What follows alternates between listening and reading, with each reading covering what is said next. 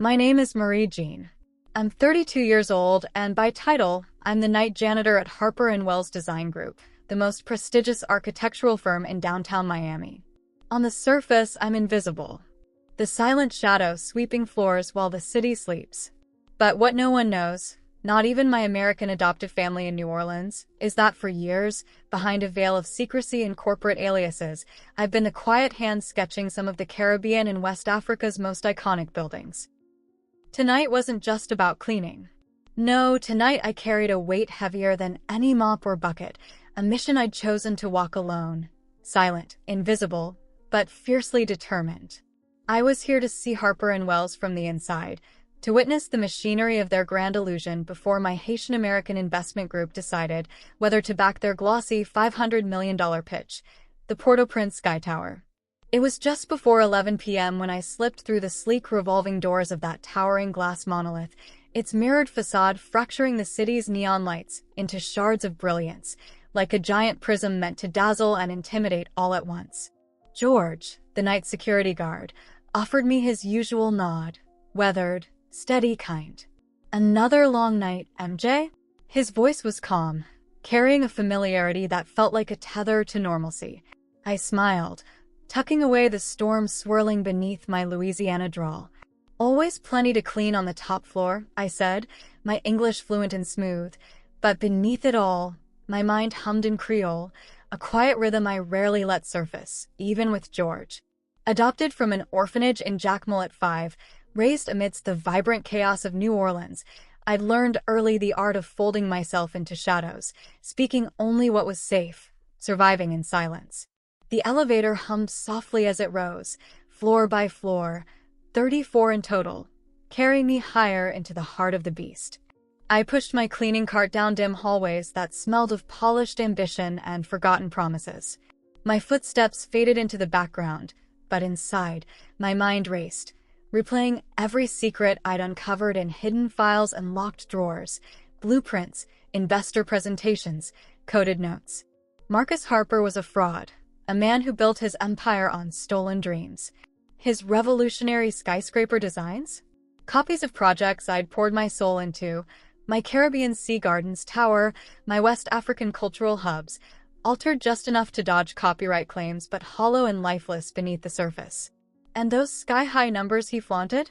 Inflated, distorted, a smokescreen for funneling money offshore.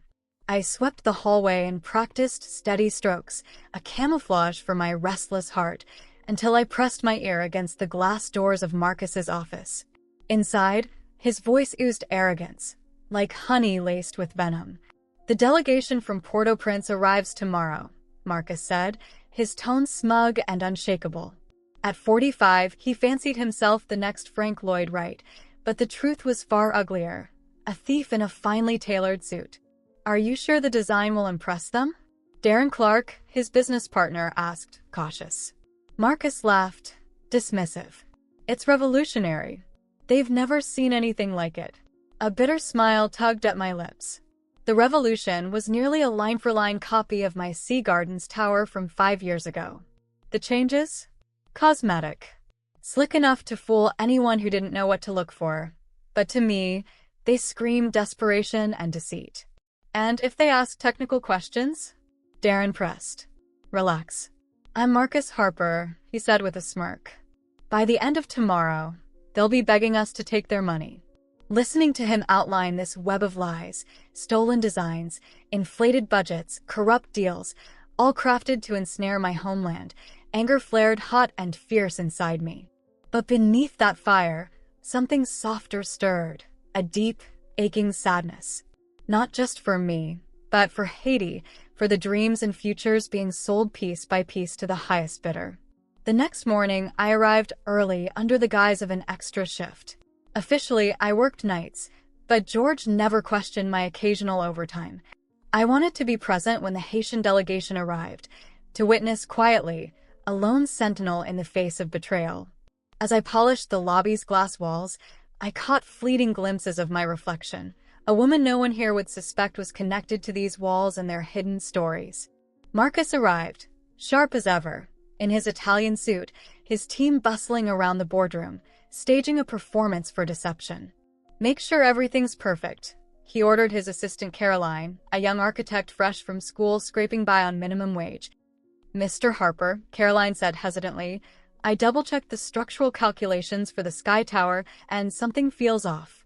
"Sweetheart," Marcus snapped, waving her worries away like flies. "Let the big boys worry about the math. Just make sure there are enough printouts." I saw the flush of embarrassment and helplessness wash over Caroline, but I knew she was right. The design was riddled with flaws I'd planted, subtle, hidden fingerprints only someone who truly understood the craft could detect. Marcus had copied blindly, like a shadow tracing a shape without ever touching the light. At 10:30 a.m., 3 black SUVs rolled up, and the delegation stepped out. From my vantage point in the lobby, I watched Emmanuel de Rosier lead the group, head of international investments for the Belriviere Group. I'd worked with him on other regional projects, and the sight of him tightened my chest. If he recognized me, if he saw me here, everything could unravel. But he didn't. To him, I was invisible, the cleaning lady. The irony cut deep. I stood just feet away from the architect building a career on my stolen dreams, and he had no idea. And yet, as I stood there, sweeping up fragments of broken promises and stolen futures, I realized this wasn't the end of my story. The pain was raw and real, yes, but beneath it all, something was shifting inside me, an ember of courage, flickering to life. The path ahead was uncertain, the journey long, but I would walk it with dignity, letting the hurt evolve into purpose, piece by piece, breath by breath. Tonight, I wasn't just cleaning floors. I was beginning to reclaim my truth.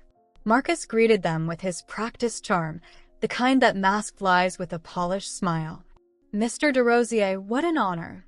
"The pleasure is ours, Mr. Harper," Emmanuel replied, his voice a smooth blend of American English and French.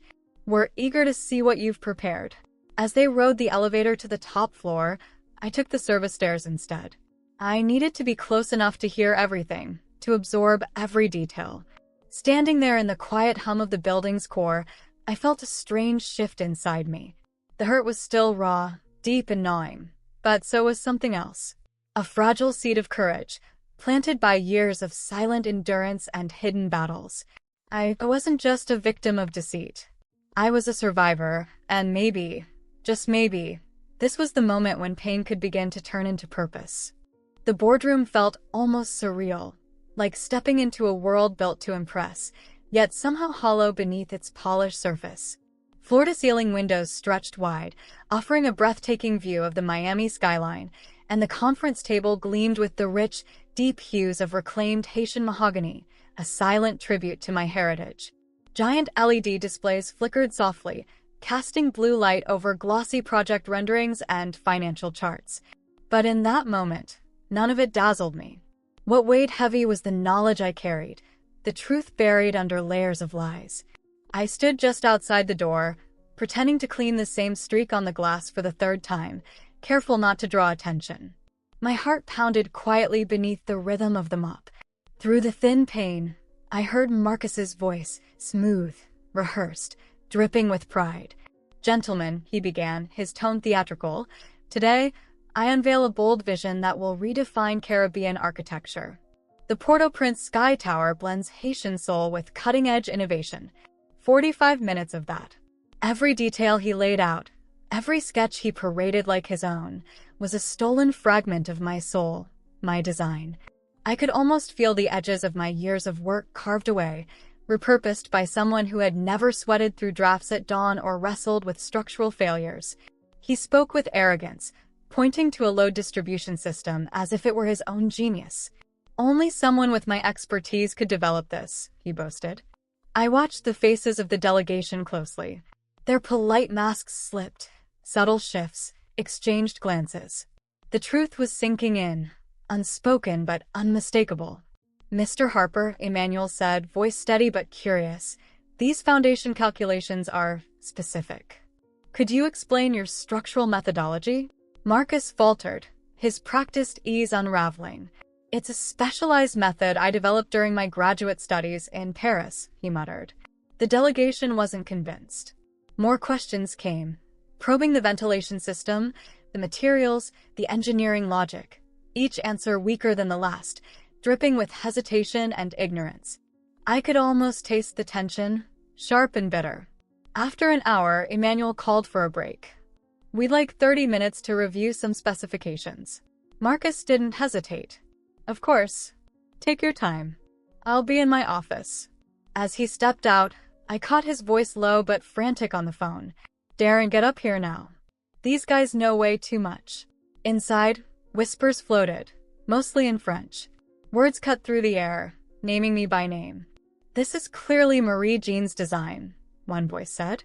Impossible, Emmanuel replied. She'd never sell it. But the details match, even the custom vent system she designed for the ministry. My chest tightened, an old familiar ache mixed with a new, fragile hope. I knocked softly on the door. Emmanuel's eyes lifted, meeting mine with a flicker of recognition. Excuse me, I said quietly. Do you need me to clean anything? No, thank you, he replied, the formality barely masking the tension. Jacques-Pierre, one of the engineers, looked up sharply. You speak French? A little, I answered in the soft, melodic tone of my childhood. My adoptive parents taught me a few words. Emmanuel leaned in, the weight of years in his gaze. Marie-Jean. I gave a small, tentative smile. Bonjour, Emmanuel. It's been a long time. The room stilled, breaths held. I was no longer just the night janitor, the invisible figure wiping away dust. I was the architect, the creator, the woman whose name carried meaning beyond the mop handle. What are you doing here? Jacques asked, voice thick with disbelief. Field work? I answered, steady and calm. Belriviere Group asked me to evaluate Harper & Wells before deciding on investment. As you can see, my doubts were justified. Emmanuel stood slowly, eyes locked on the plans. The design Mr. Harper presented is yours, Marie-Jean. Slightly altered, yes, but unmistakably yours. And those structural flaws? He introduced them because he never understood your engineering. Suddenly, the door burst open. Marcus Harper entered, his confident grin slipping as he took in the scene. Everything all right, gentlemen? Ready to continue, he said, though the edges of his composure cracked. Emmanuel glanced at me, steady and unflinching. Mr. Harper, he said with quiet authority, before we proceed, are you familiar with the work of architect Marie-Jean? Marcus froze, eyes darting, voice shaking. Marie-Jean? No, I don't believe so. Why? Because the design you just presented is a near copy of a project she completed for us 5 years ago. His face paled. That's impossible. My design is original. Is it? Emmanuel said, holding up a file on his phone. Can you explain why even the French annotations match word for word? Marcus stared, the room closing in. It must be a coincidence. Great minds think alike. Great minds. Emmanuel's voice sharpened. Mr. Harper, do you even know who Marie-Jean is? I told you, I don't know her. I stepped forward, my voice calm but firm, setting down my cleaning cloth on the table like a declaration. He does, I said. I've been working here, quietly for the past 3 months. Marcus blinked, confusion crashing into disbelief. You're the cleaning lady. No, I said steady. I'm Marie-Jean, Director of International Projects at the Belriviere Group, and the original architect of the project you just tried to steal. Silence blanketed the room like a sudden storm. Marcus's eyes widened, unable to process the shift. That's absurd. You clean bathrooms, you don't know anything about architecture. For a moment, I let those words hang in the air, not because I needed to fight back with anger, but because they echoed the truth I had lived. Invisible, underestimated, overlooked. And yet here I stood, reclaiming not just my work, but my voice. The words slipped out before he could stop them, clear and calm, carrying the weight of everything I'd held inside for far too long. You're right, I said, steady as the air shifted around us. I just clean bathrooms. I don't know anything about architecture. The room fell into a silence, so deep it felt like the walls themselves were holding their breath. Emmanuel rose from his seat, his voice calm but firm. Mr. Harper, I believe this meeting is over. Wait, please, I can explain. This is a misunderstanding. Marcus's voice cracked, desperate, but Jacques cut in sharply. There's no misunderstanding, Jacques said, his eyes burning with conviction. What we've witnessed here is intellectual theft, financial fraud, and frankly, one of the most pathetic presentations we've ever sat through. At the doorway, Caroline, Marcus's assistant, stood frozen, caught between shock and the quiet vindication of truth finally surfacing. I saw the tension in her shoulders, the way her breath caught. One by one, the executives gathered their papers and devices, heading toward the exit. But Emmanuel paused before the door, turning back with quiet authority. "Oh, and Mr. Harper," he said, "the Belriviere Group is not only withdrawing our investment offer. We'll be reporting this incident to the American Institute of Architects and Haitian authorities. Plagiarism is a criminal offense." The heavy door shut behind them, the sound echoing like a final punctuation mark. Marcus sank into his chair, the confident mask shattered, his empire unraveling in slow motion. His partners, drawn by the noise, entered, their faces a mix of disbelief and betrayal. "Is it true?" Darren Clark's voice was low, almost a whisper. "Did you really steal the design?" Marcus had no answer. His silence spoke volumes, his career crumbling into dust around him. I stepped forward, feeling a calm I hadn't known I could possess. I pulled out my phone and opened my professional profile, proof of the woman behind the janitor's uniform. Marie Jean, member of the American Institute of Architects, director of international projects at Belriviere Group, winner of the Caribbean Sustainable Architecture Awards, 2019, 2021, 2023. Darren's face went pale, a flicker of awe and regret crossing his features. "Oh my God, you're real." "Very real," I said softly. "And over these past months, I've documented not just the stolen design, but also budget inflation, bribery, and employee mistreatment." Caroline stepped forward, her voice barely above a whisper. "So, the structural flaws I flagged, they were real?" "Completely real," I told her. "You have a sharp eye. Don't let anyone make you doubt that." I handed her a card, the weight of it like a small beacon in her hand. "Belriviere is opening a regional office in Miami. We're looking for talented young architects like you." Her eyes lit up, genuine, hopeful, the kind of light that speaks of second chances and fresh beginnings. Marcus finally found his voice, bitter and broken. "You can't do this. Harper & Wells is my life." "It was your life," I said gently but firmly.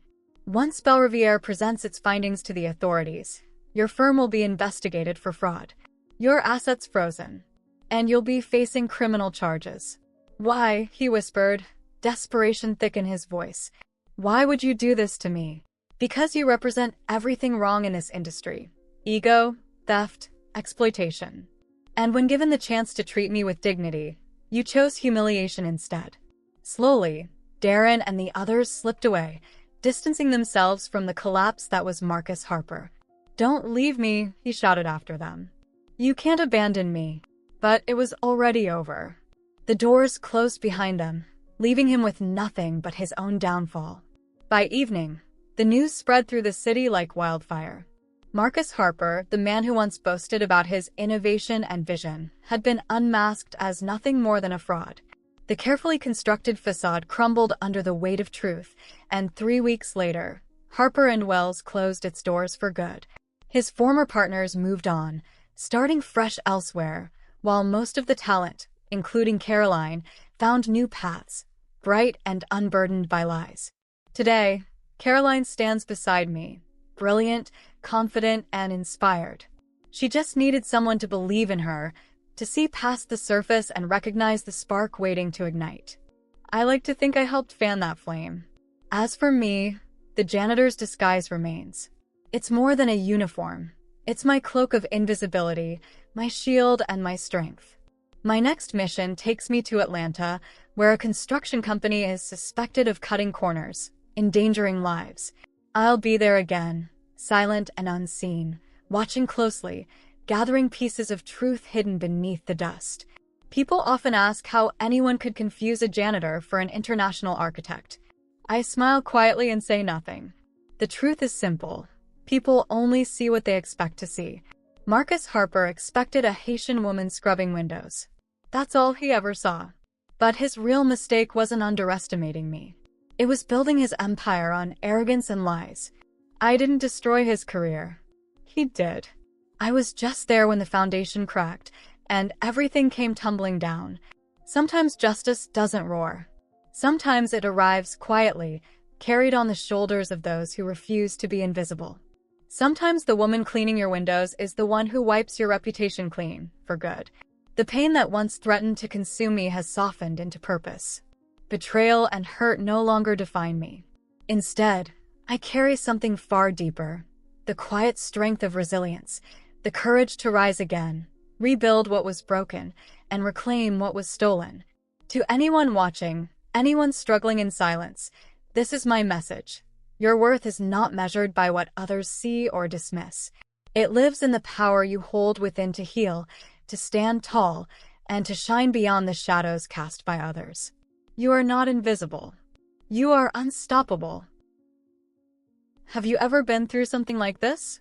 I'd love to hear your thoughts. Drop a comment below. Thanks so much for watching Rise with Sherry. If you enjoyed this story, please like and subscribe for more.